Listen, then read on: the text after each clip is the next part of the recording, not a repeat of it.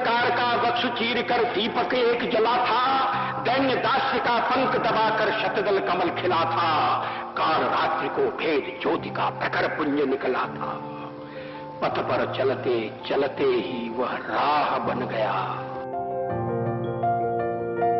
पथ पर चलते चलते ही वह राह बन गया, तिल तिल कर जलते जलते ही दाह बन गया। वह कैसा था भक्त, स्वयं भगवान बन गया, कुंभकार की कृति होकर निर्माण बन गया।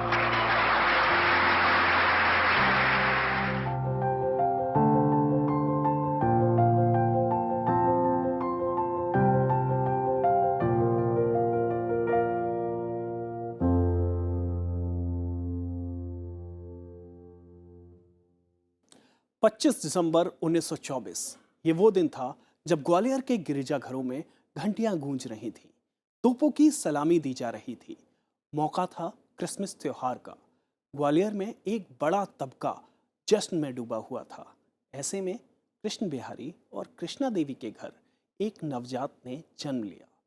शहर में उल्लास तो क्रिसमस का था, लेकिन ब्रह्म मुहूर्त में अटल जी का जन्म मानो प्रकृति संकेत दे रही है कि एक दिन ये बच्चा विश्व के विशालतम लोकतंत्र की बागडोर संभालेगा। और आगे चलकर अटल जी ने न सिर्फ देश का नेतृत्व किया, बल्कि देश के विकास को एक नई दिशा भी दी। हालांकि 15 अगस्त 2018 को जब देश स्वतंत्रता दिवस की खुशियां मना रहा था, उसके ठीक एक दिन बाद अटल जी ने प्राण त्याग दिए।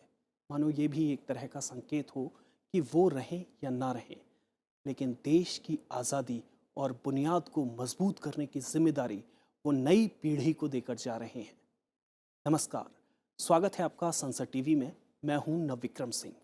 आज अपने विशेष कार्यक्रम में हम आपको दिखाएंगे पूर्व प्रधानमंत्री अटल बिहारी वाजपेयी की जिंदगी के उन पहलुओं को जिसने देश को नई दिशा दी।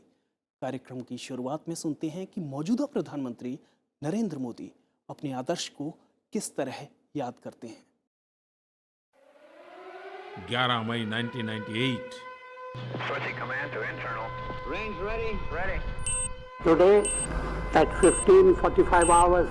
4, 3, 2, 1, 0.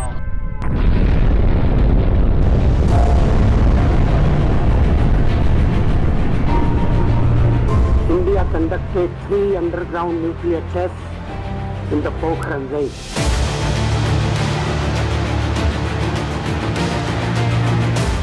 इसने पूरे विश्व को दिखाया कि भारत की भूमि महान वैज्ञानिकों की भूमि है और एक मजबूत नेतृत्व के साथ भारत नित नए मुकाम और ऊंचाइयों को हासिल कर सकता है। अभिनंदन होना चाहिए वैज्ञानिकों का, उन इंजीनियरों का जिन्होंने पोखरण में जो कुछ हुआ उसे सफलतापूर्वक करके दिखाया। पहली बार जब विस्फोट हुआ वो तो वैज्ञानिकों की ताकत का परिचय था। 5 बजे के बाद सारी दुनिया ने हिंदुस्तान पर आर्थिक प्रतिबंध लगा दिए। एक तरफ हिंदुस्तान, दूसरी तरफ सारी दुनिया खड़ी हो गई। लेकिन वाजपेयी जी ने क्या किया? 2 दिन के बाद फिर पोखरण में धमाका किया और दुनिया को दिखा दिया हम दबने वाले नहीं, हम झुकने वाले हैं।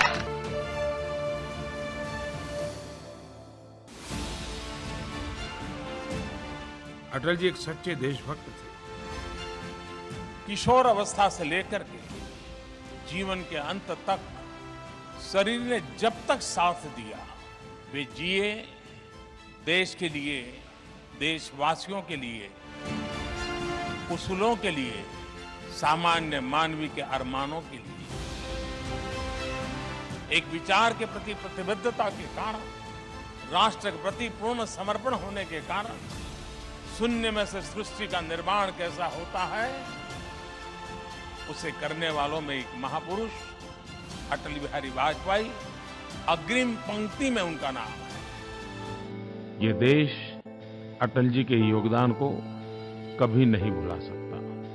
उनके नेतृत्व में हमने परमाणु शक्ति में भी देश का सर ऊपर किया। पार्टी नेता हो, संसद सदस्य हो, मंत्री हो या प्रधानमंत्री, अटल जी ने प्रत्येक भूमिका में एक आदर्श को प्रतिष्ठित किया। अटल जी की वाणी वो सिर्फ भारतीय जनता पार्टियों की आवाज नहीं बनी थी। अटल जी बोल रहे हैं मतलब देश बोल रहा है, अटल जी बोल रहे हैं मतलब देश सुन रहा है, अटल जी बोल रहे हैं मतलब अपनी भावनाओं को नहीं, देश के जन जन की भावनाओं को समेट कर उसको अभिव्यक्ति दे रहे हैं। और उसने सिर्फ लोगों को आकर्षित किया, प्रभावित किया, इतना नहीं, लोगों के मन में एक विश्वास पैदा हुआ। और ये विश्वास शब्द समूह से नहीं था, उसके पीछे एक 5-6 दशक की लंबी जीवन की साधना थी। और जब देश हित की जरूरत थी, लोकतंत्र बढ़ा कि मेरा संगठन बढ़ा, लोकतंत्र बढ़ा कि मेरा दल बढ़ा, लोकतंत्र बढ़ा कि मेरा नेतृत्व बढ़ा। इसका जब कसौटी का समय आया तो ये दीर्घदृष्टा नेतृत्व का सामर्थ्य था। उसने लोकतंत्र को प्राथमिकता दी, दल को आहूत कर दिया। और मुझे विश्वास है कि अटल जी का जीवन आने वाली पीढ़ियों को सार्वजनिक जीवन के लिए, व्यक्तिगत जीवन के लिए, राष्ट्र जीवन के लिए, समर्पण भाव के लिए, वन लाइफ वन मिशन कैसे काम किया जा सकता है, इसके लिए हमेशा हमेशा प्रेरणा देता रहेगा।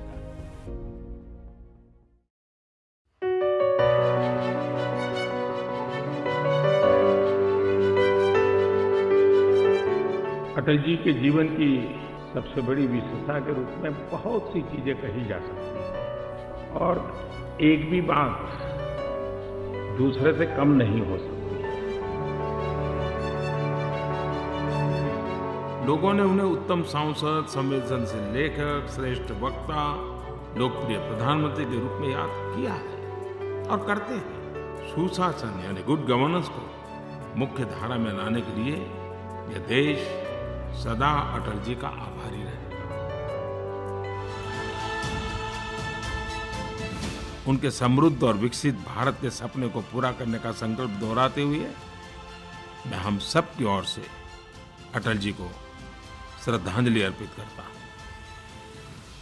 भले ही अटल जी आज हमारे बीच में नहीं हैं, लेकिन दशकों तक भारतीय राजनीतिक पटल को अपने ओजस्वी व्यक्तित्व से चमकाने वाले अटल बिहारी वाजपेयी की शख्सियत, अंदाज़े बयां और देश प्रेम का जज्बा कभी भी खत्म नहीं हो सकता।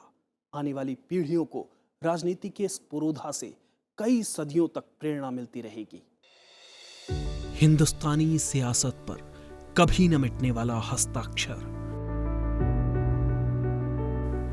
देश की आजादी का प्रमुख सिपाही, एक दिग्गज पत्रकार, एक श्रेष्ठ कवि, ये सब विशेषताएं किसी एक व्यक्तित्व में शामिल हों तो सामने जो तस्वीर आती है वो है भारतीय राजनीति के अजात शत्रु अटल बिहारी वाजपेयी की। अटल जी को गुजरे 5 साल बीत चुके हैं, लेकिन आज भी वो करोड़ों लोगों के लिए प्रेरणा है जो अटल जी के आदर्शों पर चलकर राजनीति करना चाहते हैं।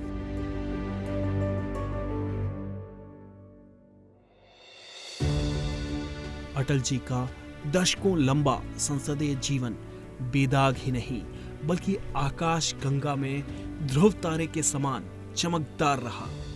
उनके संसदीय भाषण, उनकी टिप्पणियां और हाजिर जवाबी आज भी संसद सदस्यों के लिए आदर्श हैं। आपको विश्वास दिलाते हैं कि जो कार्य हमने अपने हाथ में लिया है वो जब तक राष्ट्रीय उद्देश्य पूरा नहीं कर लेंगे तब तक विश्राम से नहीं बैठेंगे। क्या एक राष्ट्र के नाते हम मिलकर काम नहीं करते? क्या एक राष्ट्र के नाते हम सब आने वाले संकटों का सामना नहीं कर सकते? अटल जी भारत की राजनीति के एक अद्भुत नेता थे।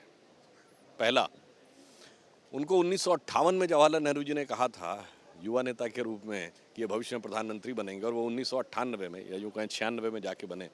मुझे नहीं लगता भारत की राजनीति में कोई दूसरा व्यक्ति होगा जिसे तकरीबन 40 साल यानी लगभग 2 पीढ़ी देश ने भावी प्रधानमंत्री के रूप में देखा हो, और वो भी तब जबकि हमारी पार्टी कोई उस रेंज में नहीं मानी जाती थी कि प्रधानमंत्री बन सकते हैं। तो मुझे लगता है कि ये उनकी एक विलक्षण प्रतिभा का प्रतीक था। और जहाँ तक भारतीय जनता पार्टी का योगदान की बात है तो एक दौर ऐसा था 80 के दशक तक कि लोग भाजपा को कम जानते थे और अटल जी को अधिक जानते थे। मतलब भारतीय जनता पार्टी मतलब अटल बिहारी की पार्टी, इस ढंग के लोग चर्चा करते थे। और भारत की राजनीति में कहूँ तो पहली गठबंधन सरकार जिसने अपना कार्यकाल पूरा किया।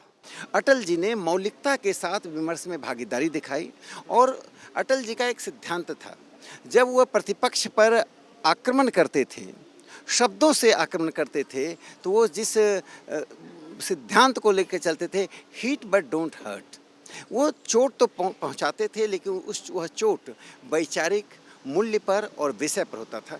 तीसरा जो महत्वपूर्ण पक्ष अटल जी ने संसदीय जीवन में स्थापित किया है कि जिस रूप में बाहर जो बोलते थे और अंदर जो बोलते थे, तो बाहर की जो एस्पिरेशन, जो बाहर की जो जन इच्छाएं थी, उसको संसद में प्रकट करते हुए एक वैकल्पिक विचारधारा को, जो राष्ट्रीय स्वयंसेवक संघ के एक प्रचारक के तौर पर उन्होंने जीवन शुरू किया और बाद में संसद में आए, उन्होंने उस विचारधारा को एक उदारवादी लोकतांत्रिक तरीके से संसदीय जीवन में रखा, जिसका परिणाम है कि यह विचारधारा दिनों दिन एक ठोस बुनियाद पर आगे बढ़ती गई। जिस राजनीतिक दल के वो पहले अध्यक्ष थे, जिस बीजेपी को 2 लोकसभा सीटों से लोकसभा में सबसे बड़े दल तक पहुंचाने में वो सारथी थे।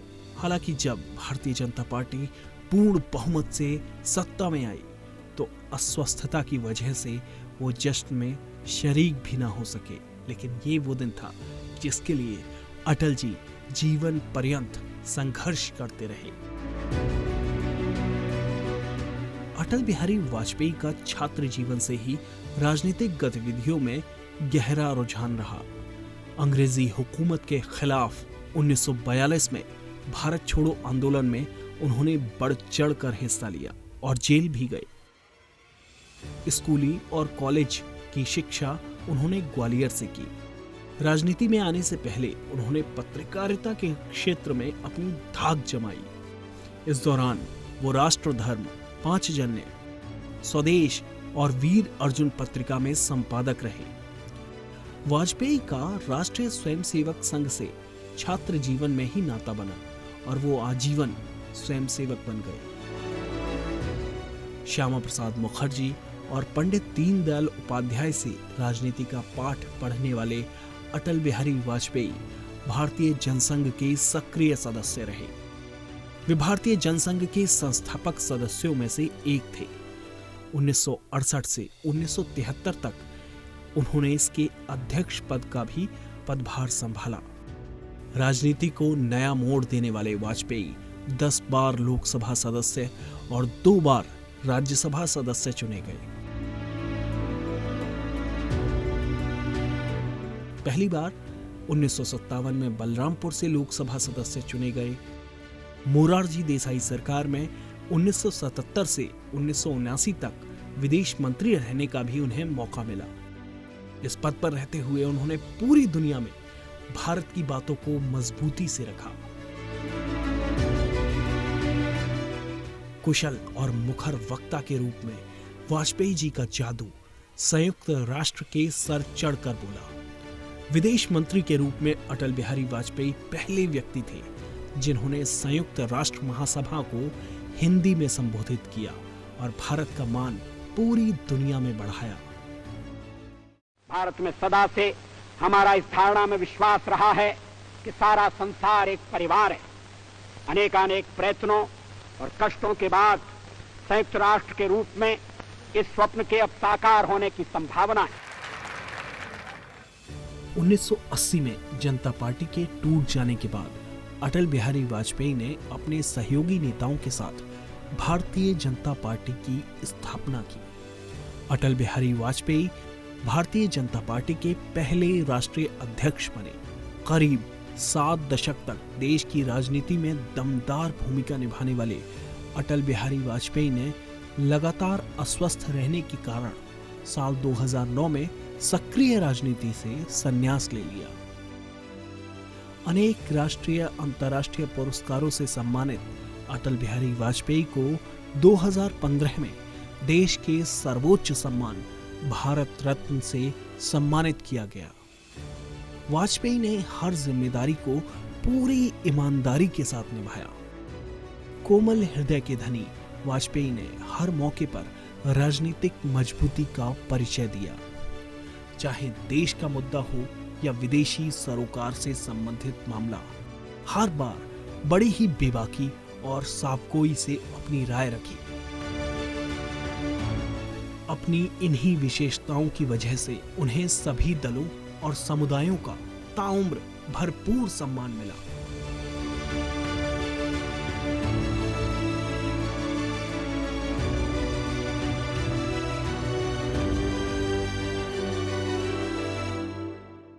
तीन बार भारत के प्रधानमंत्री रहते हुए अटल बिहारी वाजपेयी ने भारत की घरेलू और विदेश नीति को आकार देने में महत्वपूर्ण भूमिका निभाई। इससे पहले विदेश मंत्री, संसद की विभिन्न महत्वपूर्ण स्थायी समितियों के अध्यक्ष और विपक्ष के नेता के रूप में उनका अनुभव प्रधानमंत्री के तौर पर काम आया और अटल बिहारी वाजपेयी ने देश को आगे बढ़ाने में अभूतपूर्व भूमिका निभाई।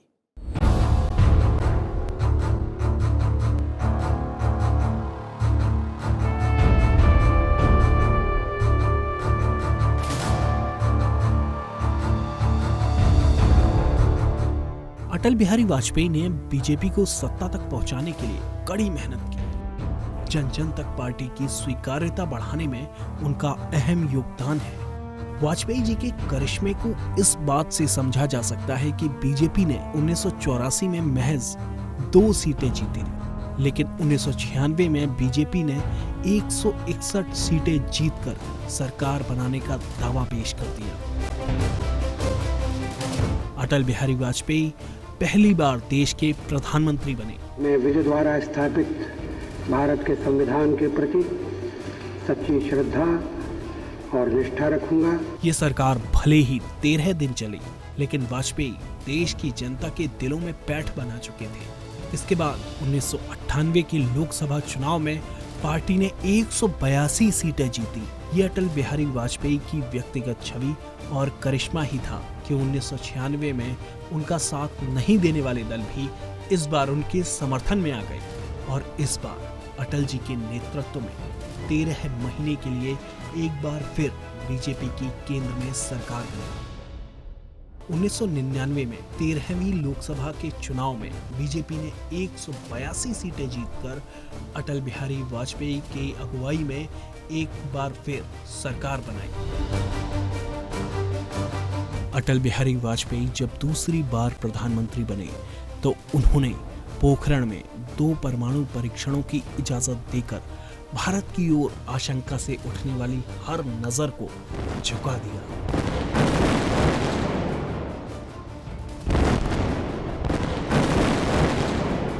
अटल जी की अगुवाई में 11 और 13 मई को 1998 में 2 भूमिगत विस्फोट हुए। ये विश्व पटल पर एक नए और मजबूत भारत का उदय था। Atal ji had always a phenomenal interest in world affairs. He was one politician who, because of his sustained and long exposure to international things, he realized that India is very important, but India exists in a world. So it's very important to maintain that relationship. And that is where his statesmanship comes in. And at every point what Atal ji tried to do was that he would try to maintain India's dignity. Vajpayee ने दिल्ली और लाहौर के बीच पहली बार सीधी बस सेवा 20 फरवरी 1999 को शुरू की और खुद पाक सीमा पर एक बस से अटारी से वाघा तक का सफर किया।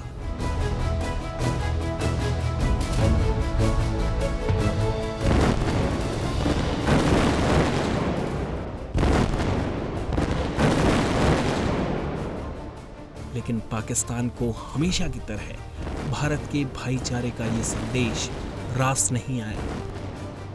इधर अटल बिहारी वाजपेयी दोस्ती की इबारत लिख रहे थे, उधर पाकिस्तान कारगिल जंग की तैयारी पूरी कर चुका था। लाइन ऑफ कंट्रोल के पास कारगिल सेक्टर में आतंकवादियों के भेष में पाकिस्तानी सेना कई भारतीय चोटियों पर कब्जा कर चुकी थी। लेकिन जैसे भारत को इसकी भनक हुई, हमारे जाबाज सैनिकों के शौर्य और साहस ने पाकिस्तान को एक बार फिर घुटने टेकने पर मजबूर कर दिया।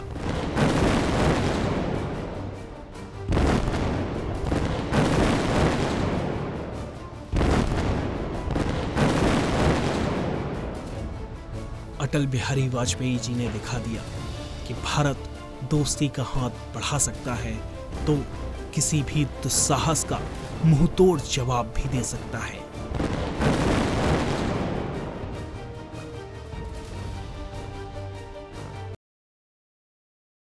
He was leading actually a caretaker government during the Kargil war, a caretaker government.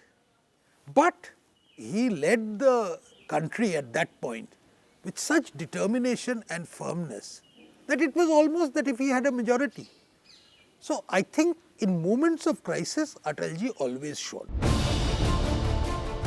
Atal Bihari Vajpayee ने इसके बाद भी अपनी नेतृत्व कुशलता से न सिर्फ विदेश नीतियों में बल्कि घरेलू नीतियों में कई सुधार किए। वाजपेयी जी ने 100 साल से भी ज्यादा पुराने कावेरी जल विवाद को सुलझाने का अभूतपूर्व प्रयास किया। बुनियादी संरचनात्मक ढांचे के लिए कार्यदल का गठन किया।